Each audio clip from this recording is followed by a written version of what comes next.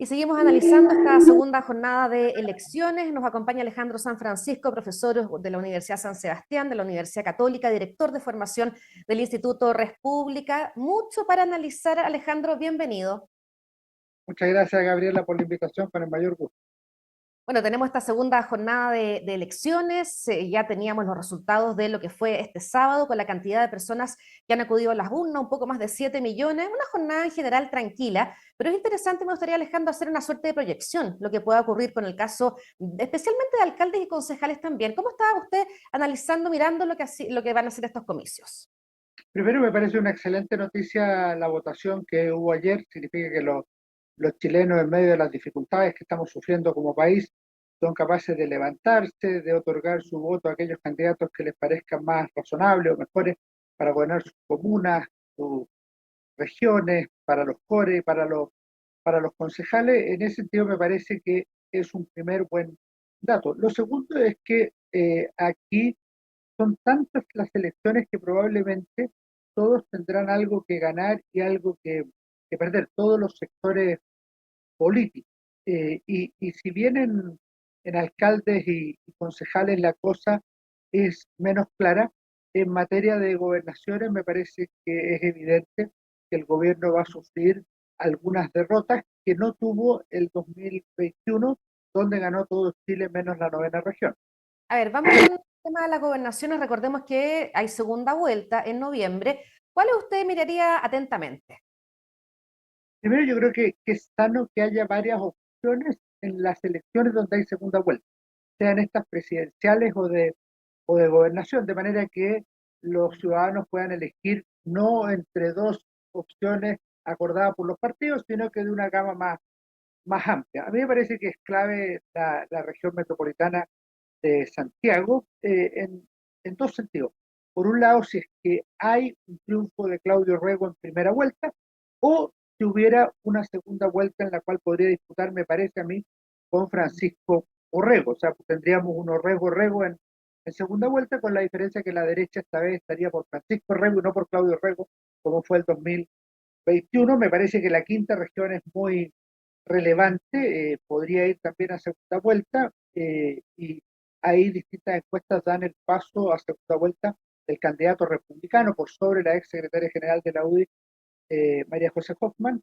Y hay otros lugares donde creo que puede haber decisiones importantes. Por ejemplo, en la octava región, en Biobío, podría existir que pasen dos derechas a segunda vuelta, cosa que es absolutamente inédita, pero eso habría que esperarlo. En otros lados, me parece que en el norte republicano va a tener un buen resultado, y en otros lugares, obviamente, estaremos a la espera de lo que digan la voz de la urna cuando se empiecen a contar los votos.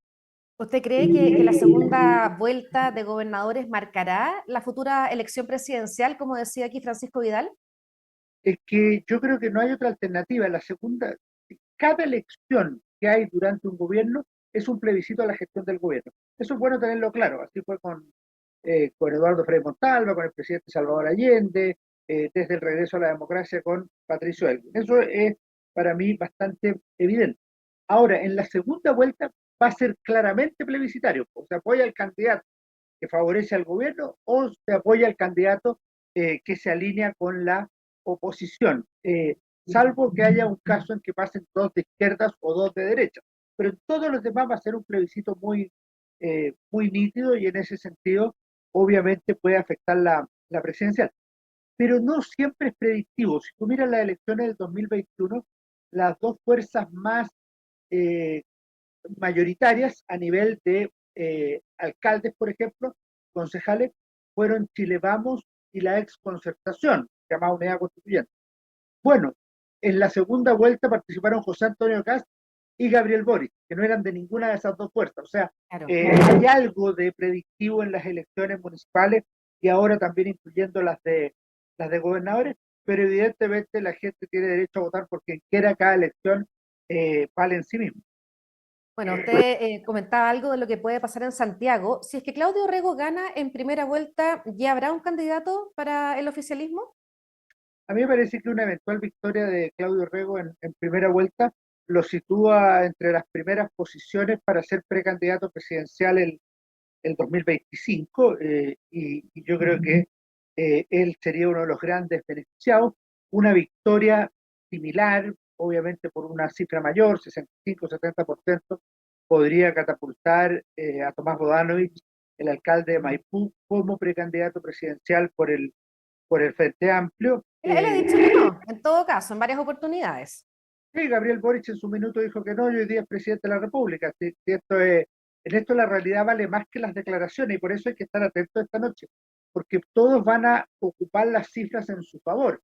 Sin embargo, hay que comparar los datos con la elección anterior, con las elecciones en general de alcaldes y concejales desde el regreso a la democracia, con la pérdida o ganancia de comunas emblemáticas, con los resultados que tú preguntabas de gobernadores. Lo que se diga, bien, cada uno tiene su tarea ahí, pero uno tiene que tratar de estudiar las cosas en su valor intrínseco y no por las declaraciones de algún dirigente político. Vamos a las alcaldías. Ya comentábamos lo que podría ocurrir con las gobernaciones. Hay también municipios súper interesantes a mirar, entre ellos Ñuñoa, Huechuraba y Santiago. Para mí las municipalidades más relevantes para efectos de medición simbólica son Valparaíso, Viña del Mar, Santiago, Ñuñoa, Puente Alto, y yo agregaría Concepción. Creo que ahí hay un escenario muy relevante, y eso nos permite dos cosas: nos permite ir a grandes comunas del país, y en segundo lugar, tener una mirada un poco más abierta y no exclusivamente capitalina, porque Concepción, Viña y Valparaíso son importantes. En ese sentido, me parece que hay que tener particular atención. Lo que yo tengo claro es que no veo, salvo una combinación de azar con trabajo, que un solo grupo, las derechas o las izquierdas, ganen estas 6 comunas. Lo más probable es que se produzca ahí alguna inclinación para un lado en unas comunas, en el otro para el otro. Pero son elecciones cerradas, complejas, y evidentemente no tienen resultados definidos. Las encuestas son contradictorias y Sí. relativamente serias. Entonces yo no me jugaría que se va a producir un solo alineamiento. Voto a voto, tal vez en algunas comunas decían analistas. Es muy probable que así sea, y esas comunas son simbólicas, porque un triunfo de la candidatura comunista en Santiago evidentemente que fortalece a ese partido y al gobierno. En cambio, una derrota obviamente le da mayor fuerza a Chile Vamos. Y en esto hay dos cosas que se votan, que es importante tener claro. Por un lado son los alcaldes, y por otro lado son los concejales. Y esto último tiene mucha relevancia, porque el partido más grande de Chile, la segunda fuerza política, la tercera fuerza política del país, se mide en las elecciones nacionales, que son de dos tipos: son de concejales y son de diputados. Son las elecciones que son nacionales. Y así la Democracia Cristiana pasó a ser el partido más grande de Chile en 1963, en una elección de alcaldes y regidores, es decir, nuestros concejales. Y la UDI pasó a ser el partido más grande de Chile el 2001, perdón, en una elección de diputados. Entonces hay que estar atento también, porque la cifra que obtengan los candidatos a concejal y el porcentaje que obtengan va a determinar cuáles son los partidos más grandes o más chicos de Chile, cuáles van en decadencia y cuáles van en alza. Y ahí hay que ver también qué ocurre con la correlación de fuerzas en cada uno de los bloques, especialmente mirando el Frente Amplio y el Partido Republicano. ¿Cree usted que por ahí podría haber novedades? A mí me parece que todo indica que el Partido Republicano va a consolidar su primacía como la principal fuerza política del país. Lo logró en las elecciones para el Consejo Constituyente, pero esas elecciones no nos permiten comparar, porque ha habido un solo Consejo Constituyente. A lo más se podría comparar con la convención. En cambio, la actual elección permite comparar con las elecciones de concejales del 2021, y yo tengo la idea de que va a triunfar ciertamente el Partido Republicano y el Frente Amplio. El Frente Amplio en gran medida porque va unido. En otras elecciones los partidos del Frente Amplio han tenido una escasa votación, pero porque van varias colectividades dentro de esta misma gran Claro. agrupación que conocemos como Frente Amplio. Entonces yo tiendo a pensar exactamente lo mismo, republicano y el Frente Amplio serían las dos principales fuerzas políticas del país. Podría haber una baja a nivel de concejales, tanto en Chile Vamos como en la antigua Concertación, que fueron los dos grandes ganadores en la elección anterior. Hay que ver también otros puntos bien interesantes, el voto extranjero, lo que pueda pasar en algunas comunas con ese sufragio, y el tema de los votos nulos y blancos, que han sido protagonistas en los últimos comicios aquí en nuestro país. Sí, los votos nulos y blancos se expresan habitualmente en forma más elevada cuando las elecciones son obligatorias y hay un cierto hastío de la política o una mala sensación ambiental. Eso ocurrió en 1997, en las elecciones de senadores y diputados de ese año, donde hubo 1 millón de votos blancos y nulos, lo que nos había dado el 89 y el 93. En esta ocasión, al ser obligatoria la elección, aquellos que no habrían ido a votar en caso de ser voluntaria van obligados y pueden marcar su resistencia, su Claro. decisión a través del voto blanco y nulo. Y en ese sentido yo creo que, como tú lo dices, puede repetirse la situación de la elección anterior con una cantidad millonaria de votos blancos y nulos, y eso evidentemente es una manifestación de voluntad. Me molesta lo que está ocurriendo, pero acepto los resultados que se den. Bueno, recordemos además que tenemos más de 400 candidaturas fuera de pacto, lo que pasa ahí con los independientes. Eso es lo más difícil de medir, y yo diría que hay dos tipos de independientes. Están los independientes independientes y los independientes que eran militantes de algún partido político en una elección anterior. Y podría Marcela poner un Cubillo, tercer, por ejemplo. claro, y podría poner un tercer tipo de independientes, que son los independientes, es decir, los que no militan, pero van en el cupo de algún partido de gobierno o de oposición. Lo más complejo de analizar son aquellos que son independientes independientes, porque efectivamente van de candidato a alcalde, por ejemplo, le quitan votos a alguna de las listas o eventualmente pueden ganar y no van a tener una lista de concejales que los acompañe, sino que van a tener que iniciar negociaciones una vez lograda la victoria.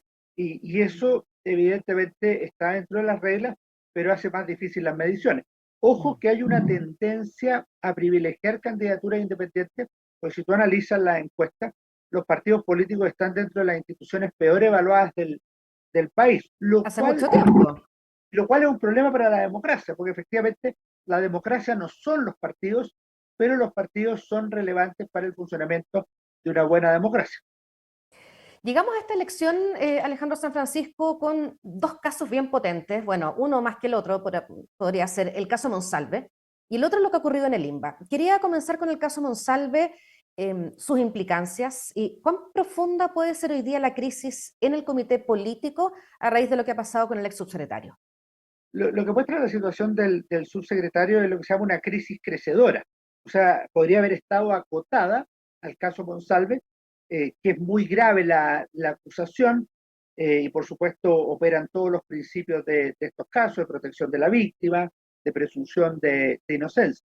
Pero en materia política debiera haberse zanjado de inmediato y escaló hacia la moneda, y el presidente de la República estuvo 53 minutos dando explicaciones de manera muy complicada porque tenía menos información, no había información contradictoria. De manera que el problema está instalado hoy día no solo en Monsalve, sino también en el presidente Boric, en la ministra del Interior y en otros lugares.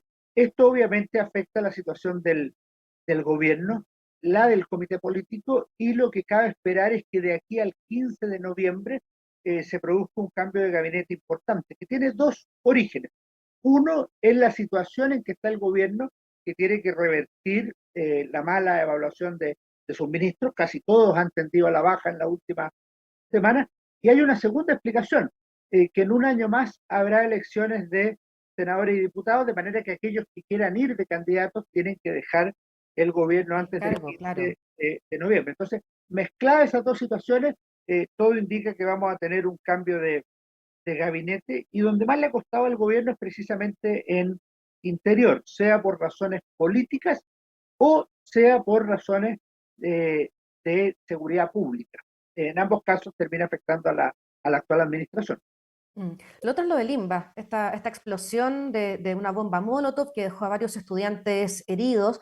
Tenemos la reacción de la rectora, digo, que dijo que era un caso aislado, la de los propios apoderados también, que han, entre comillas, respaldado el actuar de estos jóvenes. Quería conocer su mirada respecto a ese hecho.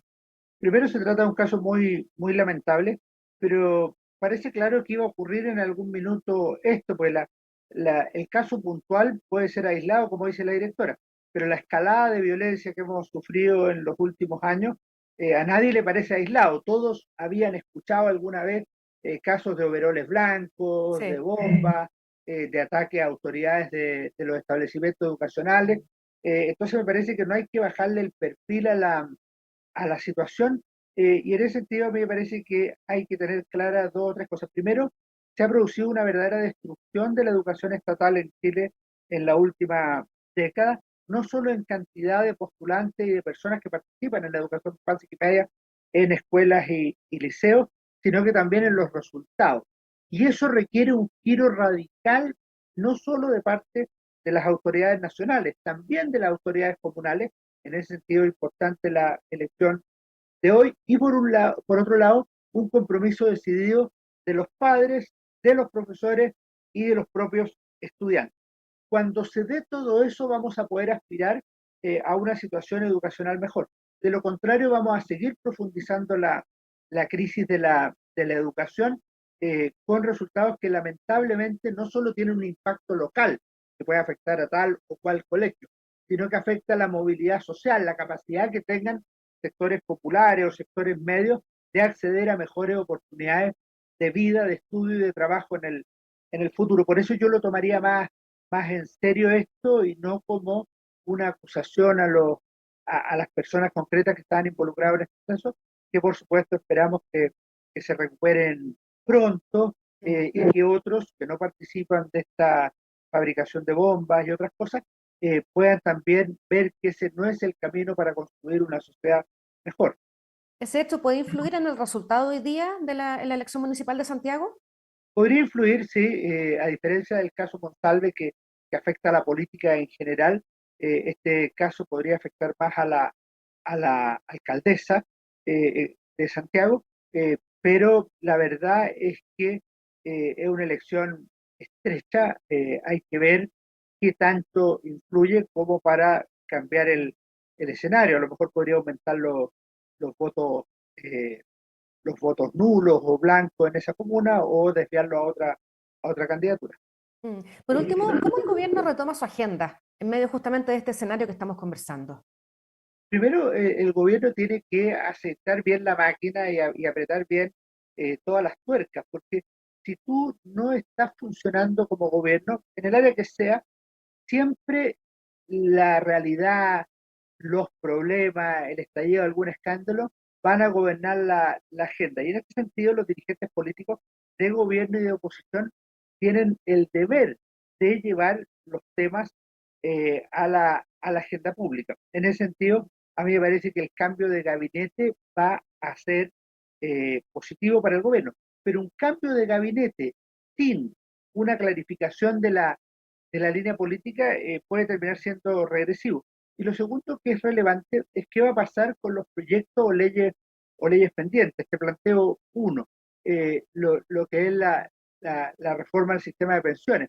Si realmente hay acuerdo en que el 3% debe ir a las cuentas individuales, a lo mejor correspondería separar los proyectos y decir, ya, aprobamos el 3% para las cuentas individuales y luego discutimos el otro 3%, si va a ir a un préstamo para el Estado o si esos recursos se van a obtener por las reformas que se han hecho en el sistema tributario o, por último, a través de un impuesto al trabajo, que es lo que parecía la propuesta inicial del oficialismo. Pero es importante para los grupos políticos tener logros. Y en este sentido el gobierno termina en un año más.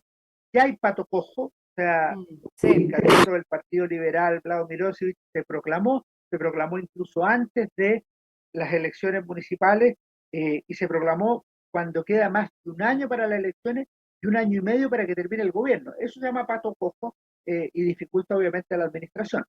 Claro que sí. Bueno, vamos a ver qué ocurre cuando tengamos ya los resultados en la mano. Alejandro San Francisco, muchas gracias por habernos acompañado.